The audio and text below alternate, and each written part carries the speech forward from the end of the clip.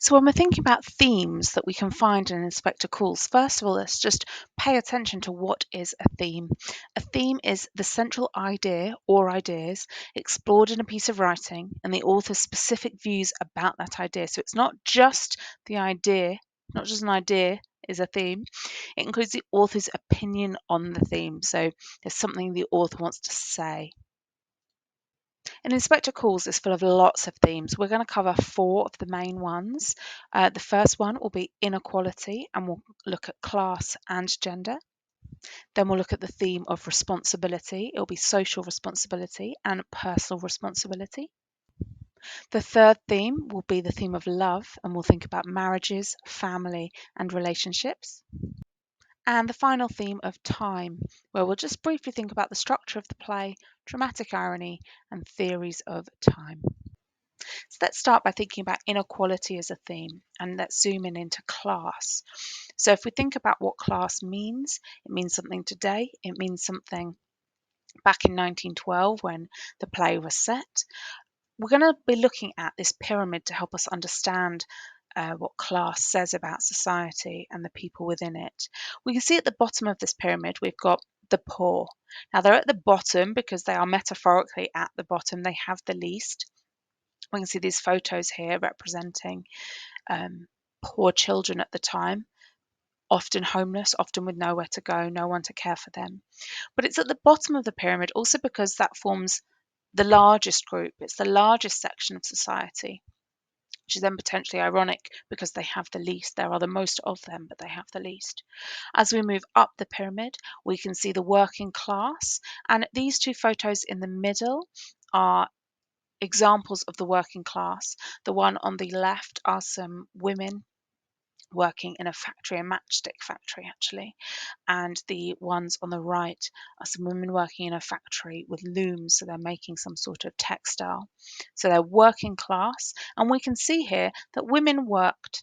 So we're going to talk about how some classes of women did not work, but in the working class and the poor, women worked, often 7 days a week. We've then got the middle class and the upper class. So there are fewer of them. They're at the top of the pyramid. Their numbers are smaller. And we can see those 2 pictures at the top of some very sort of fancy looking upper class, middle class people. They tended to own the factories, they tended to own the big business, they had employees who did the other work. The upper classes potentially don't work at all, and they are what we would call landed money. They own land or they have inherited their money, so they have family wealth rather than working. There are many quotes that we could refer to when we were looking to explore class in an Inspector Calls, but here are 4. There are many more that you could find yourself. I've used a little image of the character next to them, so let's have a look what these might tell us about the theme of inequality in class. We've got Mr. Burling at the top. If you don't come down hard on these people, they'll soon be asking for the world. He said, of course, talking these people are the people who work in his factories. Particularly, he's talking about Eva Smith, but also the other people who work in his factories. And he's referring to when Eva Smith was trying to start a protest so that they could earn more money, they could have better working conditions. And he was saying that it's his job. If you don't come down hard on them, they'll soon be asking for the world. He sort of talks about these people as if they're not even human. They're really different to him. So they're not just people, working people like he is. He views himself as different and above those people below him. Sheila Burling, next. These girls aren't cheap labour, they're people. That emphasis on people. She's quite shocked, isn't she, Sheila, when she hears how Eva or Daisy and all the people who work in factories are spoken about by her family. And in this quote, she's sort of defending them when they get talked about as just a commodity, cheap labour. They're not even people, they're just labour that you buy and sell and make profit from. And so we can see that she has a different attitude to her parents and the people around her. Then we have Mrs. Burling, girls of that class. She's very aware, isn't she, Mrs. Burling, that she is a certain class. We also know that socially she is higher than her husband. So she is the upper classes. Potentially she's never worked either, I would imagine. She's never had to work. Potentially all of the women in her family have never had to work. Is also a prediction that the men in her family haven't had to work for a long time because they have landed money or they've inherited all of their money. So she's very aware that there are classes of people, that there's a lower class and there's a higher class, and she views herself as very different. It's very patronizing, isn't it? Girls of that class, because of course we know that Eva Smith or Daisy Renton is in her 20s. She's not a girl, she's a grown woman. And then we've got the inspector. We are members of one body. We are responsible for each other. We've got that different attitude being presented again under the theme of inequality, where he's saying that we're all the same. We're all the same. We're all responsible for each other. We're not different just because some of us might have more. We're all the same. When thinking about inequality as a theme, we've also got the inequality of between gender. The play is set in 1912. And actually, 1912 was an important year for the battle for equality for women in Britain. So in 1912, the suffragettes, who were a group of women who were campaigning for the right to vote, that had been going on for many years. They'd been handing in petitions at Parliament, they'd been handing out leaflets, they'd been writing newspaper articles, but feeling like they weren't getting anywhere. In 1912, they decided to use more militant tactics, like that comes from the word military, doesn't it? Including window smashing. They made some small bombs.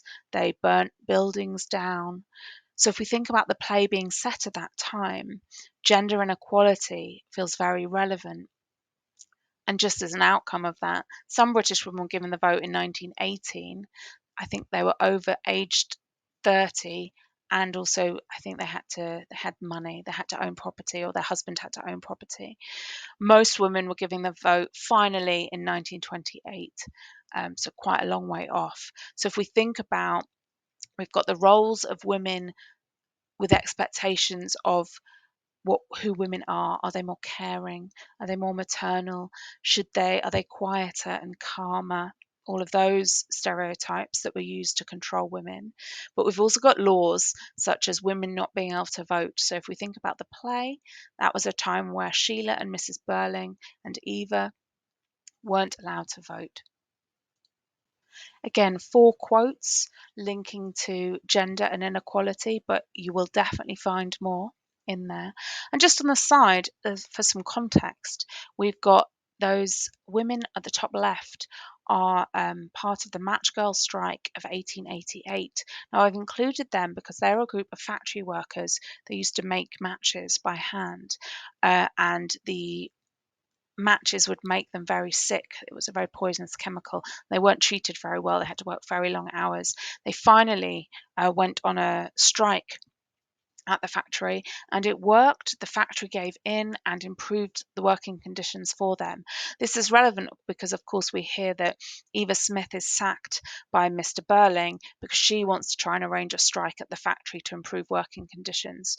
So I think that just reminds us that that was topical of the time, that had been happening, that women were creating uprisings where they worked. And then that bottom left is an example of the suffragettes becoming more militant, more having to be more violent in their actions. And we can see one suffragette there being arrested and dragged away by those police people. They often chained themselves to buildings at that stage. So that would have felt very relevant to the gender discussions that we hear when we're listening to the play. So first of all, we have got these 4 quotes. Let's have a look. We've got Gerald with his lovely top hat there. I hate those hard-eyed, dough-faced women. It's quite a statement about how he views women, that women are meant to be beautiful, that they're meant to be sat pretty for him. He's actually also talking about going to the bar to find a prostitute, isn't he? A woman who is selling her personal services, and he's exclaiming his frustration that they're hard-eyed and dough-faced, as if they're objects. So we can see that sort of gendered sexism within how Gerald speaks about women. Then we go down to Mr. Burling. Clothes mean something quite different to a woman. Again, reminding us that the men in this play view women as something quite separate to themselves, that they're quite different, and they have different interests. And the example of being clothes are so important to women, you have to like treat them. They'll go shopping. It's very important to women, implying it's not important to us. Then we've got Mrs. Burling. When you're married, you'll realise that men with important work to do sometimes have to spend nearly all their time and energy on their business. She's giving advice to her daughter there about what it's like to be a wife, a married woman, and that you'll have to get your little head around the fact that men have important work to do and they will be very distracted and they won't be able to give you any attention anymore. Again, talks about that gender expectation of the time, of what it means to be a wife in the middle and upper classes. Then we've got Eric Burling at the bottom there. I hate those fat old tarts around the town. Again, he is talking about visiting prostitute women, being unhappy with how they look, and again showing us how he views women as sort of objects that should be beautiful to be enjoyed by men. Again, reminding us of how gender was so important at the time and in the play. Moving on to the theme of responsibility, and we're focusing on social responsibility first of all. Let's just make sure we understand what capitalism and socialism are. They're talked about in the play, and we know that the writer of the play, J.B. Priestley, had a lot to say about them. So, capitalism is an economic and political system in which a country's trade and industry are controlled by private owners for profit, which is what Britain was then and is now. It's a capitalist society. That's how we've structured our society around the ability of private owners being able to use trade and industry for profit. Then we've got socialism, a political and economic theory of social organisation which advocates for the means of production, distribution, and exchange should be owned or regulated by the community as a whole. So the difference is who owns production, who can profit. So in socialism, the theory is that an individual cannot profit off the work of others. Everybody should profit.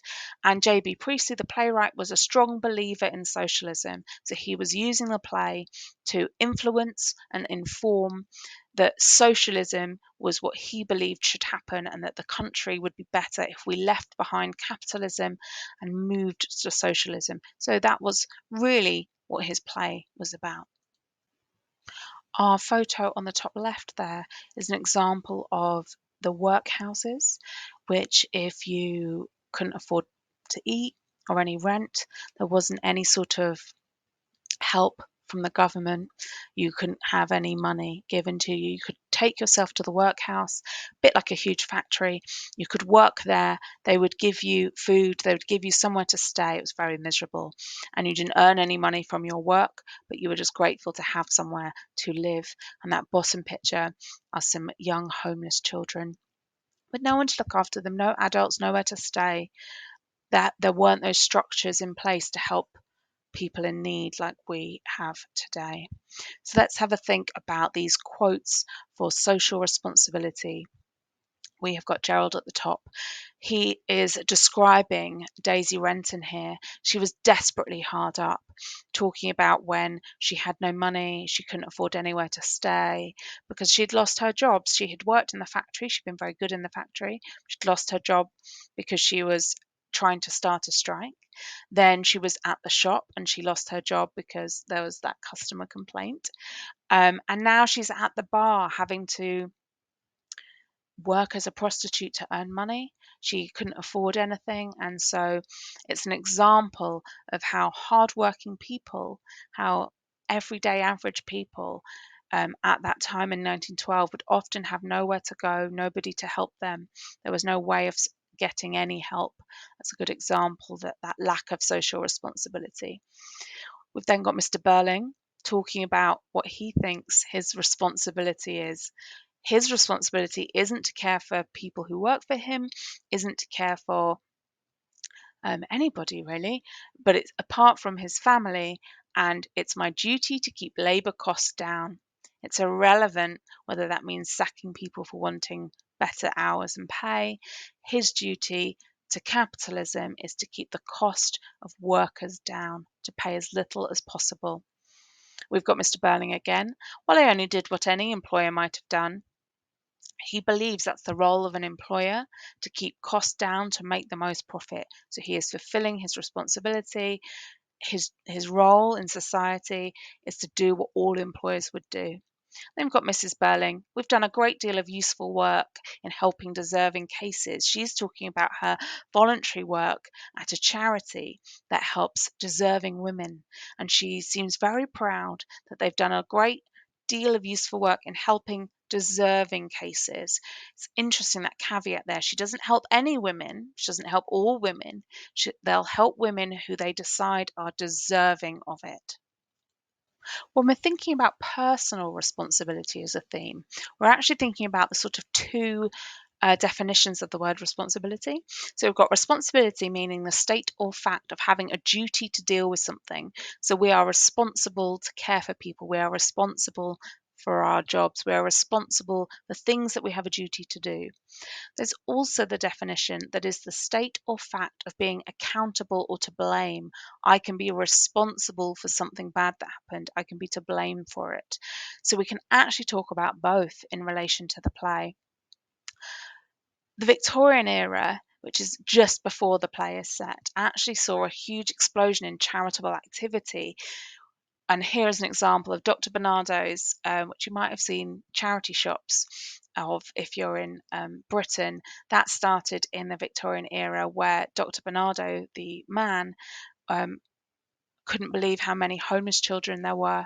So he opened I guess, a homeless shelter for children, for street children to stay in. And the picture next to it is the RSPCA, also a Victorian charity, when people were trying to care for animals and raise money. And if we think about that as an example of personal responsibility, feeling like we should do something, we have a responsibility personally to care for other people. We can also think about who takes responsibility at the end of the play. So we've got Eric and Sheila at the top, who take responsibility for what happened at the end. And we've got Mr. Burling, Mrs. Burling, and Gerald, who do not take responsibility at the end.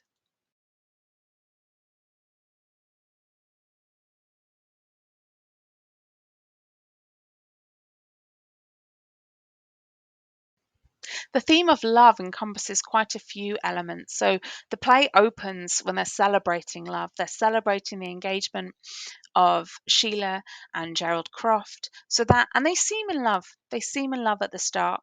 We've got the marriage between Mr. Burling and Mrs. Burling. We've got the engagement of Gerald and Sheila. We've also got the relationships between Gerald and Daisy and Eric and Daisy. We've also in the middle got the relationships and the love between the parents to their children, and I suppose potentially the other way, the children to their parents. Let's start by looking at a quote from Gerald, actually two quotes from Gerald on the theme of love. She was young and pretty and warm-hearted and intensely grateful. I became at once the most important person in her life. You understand? So he's talking about when he puts Daisy into a sort of flat and gives her money and becomes some sort of entanglement. The word mistress gets used, but she's also being paid. So it's sort of complicated about how we might describe their relationship. We can see from his description of it that she was grateful and pretty and young. That's how he views her. Again, we're relating that to our consideration of gender in the play, and that he is so important to her life, and that potentially she has fallen for him. He clearly doesn't seem to have fallen for her, but enjoys whatever company she provides. We've got Gerald again. This is towards the end of the play. Everything's all right now, Sheila. What about this ring? So after everything that has happened, all of the metaphorical bombshells, Gerald really expects his engagement to last and for Sheila just to put aside what has happened and what she's discovered. And I think that shows an interesting reflection of what Gerald thinks love or engagements or marriage mean to him. Sheila has different thoughts, though, doesn't she? We've then got Eric. I didn't love her or anything, but I liked her. She was pretty and a good sport. He has similar feelings, doesn't he, to Gerald? Again, she's nice to look at, she's nice to hang around with, but I didn't love her. I used her, is almost what he's saying. So again, that idea of how important is love to these men in the play, and how important are we told that it is to women? And then we've got Mrs. Burling there. Now, Arthur, I don't think you should talk business at a time like this. That's right at the beginning where they're celebrating the engagement, and Mr. Burling keeps getting distracted because he wants to share all of his thoughts about business and the state of the economy. And here is again, that tells us something about his feelings about love, the purpose of love, the role of love. And then we've got Mrs. Burling, who is sort of reminding him that this time when we're celebrating love, this isn't where business is. Again, we're seeing that difference of the women in the play and their view of love and the men in the play. Right at the start, we see the stage directions for Sheila as she's being introduced the first time she speaks, and we're told that she speaks gaily and possessively, showing us that she's quite happy in love, she seems. Gaily, of course, meaning happy, and possessively because she's happy that he's her fiance, and she sort of feels like she owns him. She's talking about that she hopes he doesn't grow old and drink too much like the other men she sees. So she seems very happy to be in love at the beginning, sort of before she's had her eyes open to the world. We've then got Eric, her brother. Afterwards, she told me she didn't want me to go in. This is a sad part of the play, almost the opposite of love if we're exploring the theme of love. He's sort of admitting that the time when he got Daisy Renton pregnant, he doesn't remember going in, but that afterwards she told him that she didn't want him to go in, and there was a bit of a struggle of sorts.